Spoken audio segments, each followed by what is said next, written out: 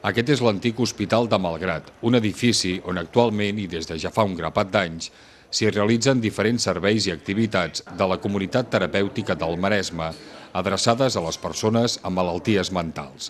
El centre fa les funcions d'hospital de dia i de llar residència. L'hospital de dia és com el seu nom indica, és un hospital, un centre d'hospitalització del Maresme, d'hospitalització parcial. La gent ve a les 10 del matí, estan fins a les 5 de la tarda.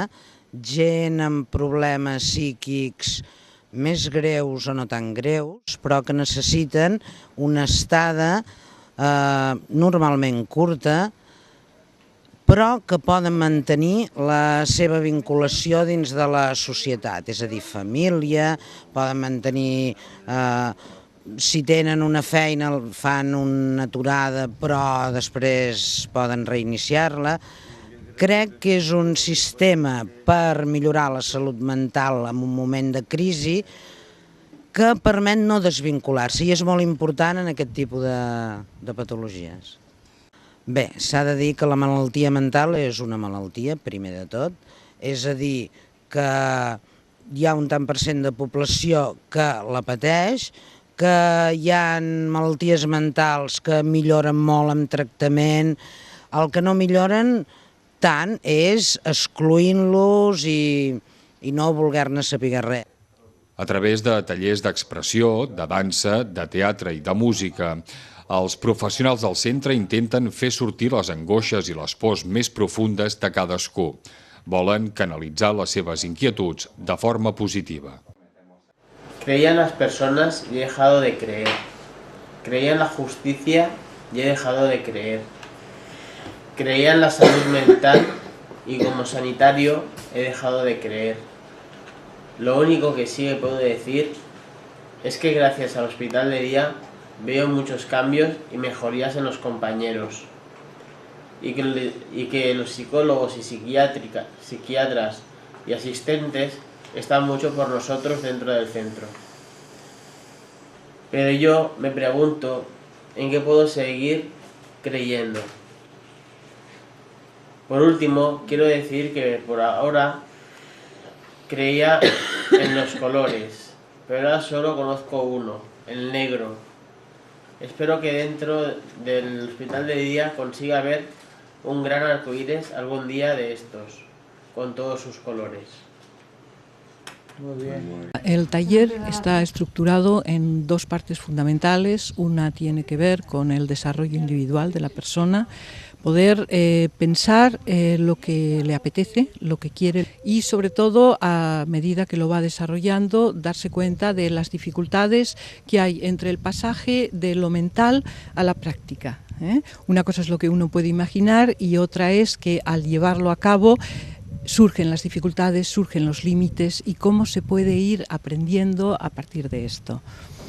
Y otra parte sería todo lo que tiene que ver con talleres grupales, la relación con los otros, la importancia, por ejemplo, de la organización.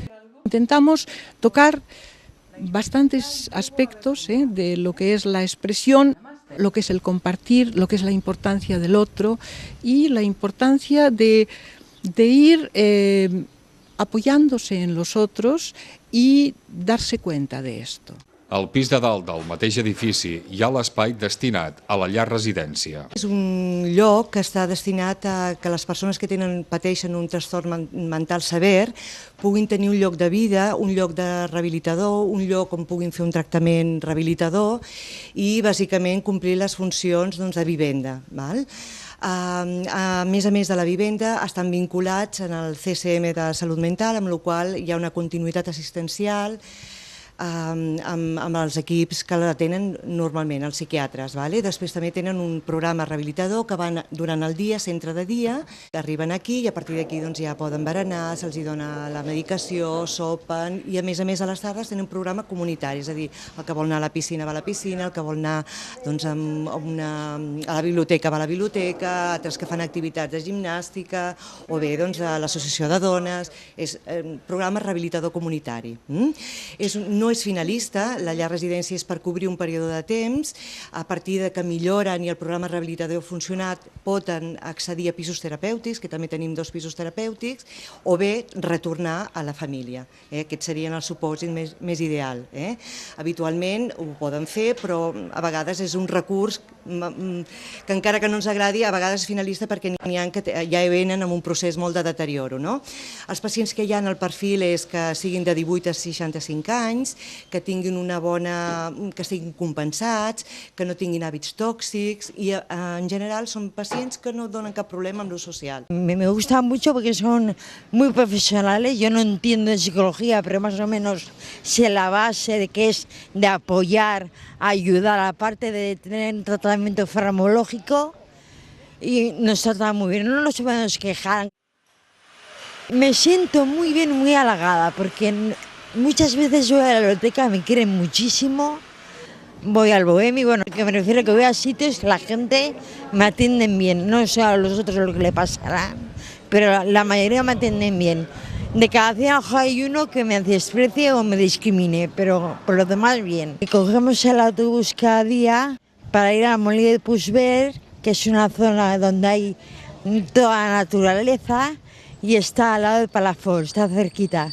Entonces, desde lunes a viernes tenemos esa rutina diaria.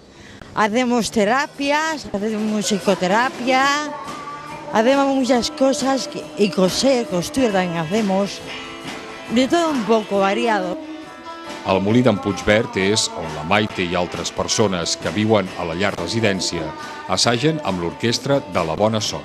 Aquest projecte el que pretén és, per un cantó, que les persones puguin expressar els seus sentiments, que moltes vegades sabem que hi ha tipus de sentiments que no responen a tractaments de tipus verbal i en canvi sí des del punt de vista emocional. Després hi ha la part de creativitat també, de coses que ells poden aportar artísticament.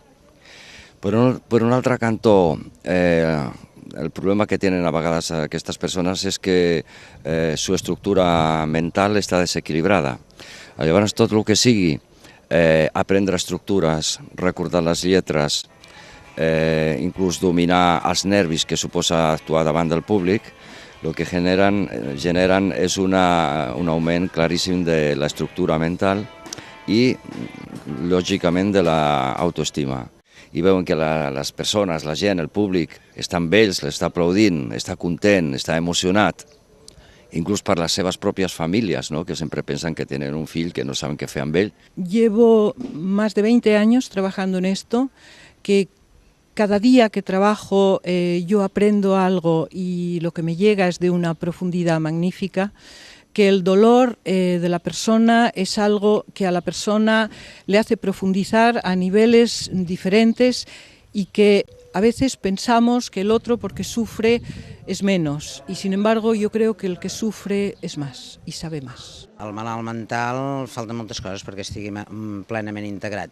Farien falta, nosaltres en tenim de centres especials de treball, farien més falta, més centres especials de treball, més centres no especials però que s'accepti a gent amb aquestes discapacitats o amb aquests problemes, segurament més recursos a nivell d'administració, perquè hi han d'haver més centres, com més obert, com més es tracti a nivell comunitari, més carès també, perquè és més fàcil tenir la gent apartada que tenir-la dins de la comunitat. Integració, empatia, convivència, sensibilitat, respecte, interès i responsabilitat. Les 7 qualitats que caldrien per dibuixar a l'horitzó un arc de Sant Martí que trenqués la negror de l'exclusió social.